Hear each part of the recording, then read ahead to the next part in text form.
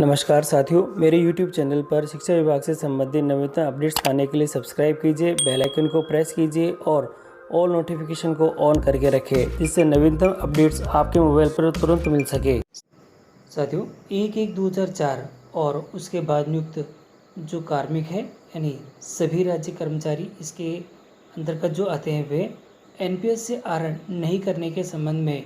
एक महत्वपूर्ण आदेश जारी हुआ है और ये एक महत्वपूर्ण आदेश है। और इस आदेश के साथ ही जो 25% जो राशि हम लोग NPS के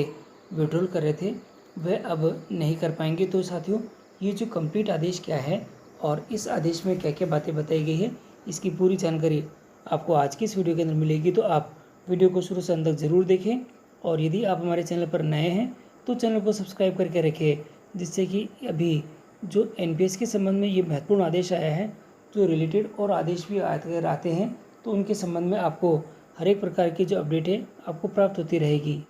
साथियों, NPS में आहरण के संबंध में एक महत्वपूर्ण आदेश राजस्थान सरकार के विधि विभाग नियम अनुभाग द्वारा जारी हुआ है और इस आदेश का विषय है दिनांक 1/1/2004 और उसके पश्चात नियुक्त कार्मिकों के लिए पुरानी पेंशन योजना OPS लागू करने के निर्णय के दृष्टिगत रख राजस्थान सिविल सेवा अंशदायी पेंशन योजना नियम 2005 निरसित होने के उपरांत भी NPS के अंतर्गत आहरण प्राप्त करने के संबंध में है। और इसके अंदर बताया गया है, राज्य सरकार द्वारा लिए गए निर्णय के अनुसार दिनांक 1/1/2004 और उसके पश्चात नियुक्त कार्मिकों के लिए पुरानी पेंशन योजना OPS लागू करने तथा राजस्थान सिविल सेवा अंशदायी पेंशन नियम 2005 निरसित किए जाने की अधिसूचनाएं उपरोक्त अनुसार जारी की जा चुकी है। तदुपरांत भी यह जानकारी में आया है कि दिनांक 1/1/2004 और उसके पश्चात नियुक्त कर्मचारी NPS के अंतर्गत आहरण हेतु आवेदन कर रहे हैं, जो एक गंभीर विषय है। यहाँ दे रखा है, इस संबंध में यह निर्देश जारी किए जाते हैं कि दिनांक 1/1/2004 और उसके पश्चात नियुक्त कर्मचारी यदि राज्य सरकार की अधिसूचनाएं दिनांक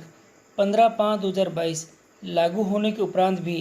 NPS के अंतर्गत आहरण के लिए आवेदन करते हैं तो यह माना जाएगा कि वह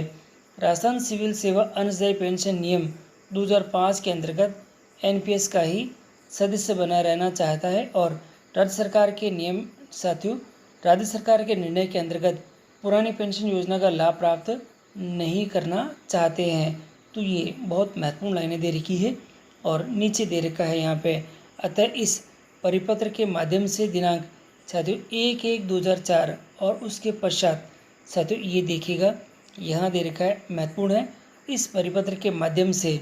दिनांक 1/1/2004 और उसके पश्चात नियुक्त कार्मिकों को यह स्पष्ट किया जाता है कि यदि कोई भी इस परिपत्र के जारी होने के उपरांत साथियों उनके द्वारा NPS के अंतर्गत आहरण के लिए आवेदन किया जाता है तो इसे गंभीरता से लिया जाकर राज्य सरकार के निर्देशों का उल्लंघन माना जाएगा तथा राज्य सरकार साथियों राज्य विभाग इस कार्मिक के या उस कार्मिक के विरुद्ध आवश्यक कार्रवाई प्रस्तावित करेगा। तो ये साथियों बहुत बड़ी अपडेट है कि ये जो परिपत्र जारी हुआ है, ये जो आज यदि कोई इस परिपत्र के जारी होने के उपरांत भी NPS से आहरण करेगा तो उस कार्मिक के विरुद्ध आवश्यक कार्रवाई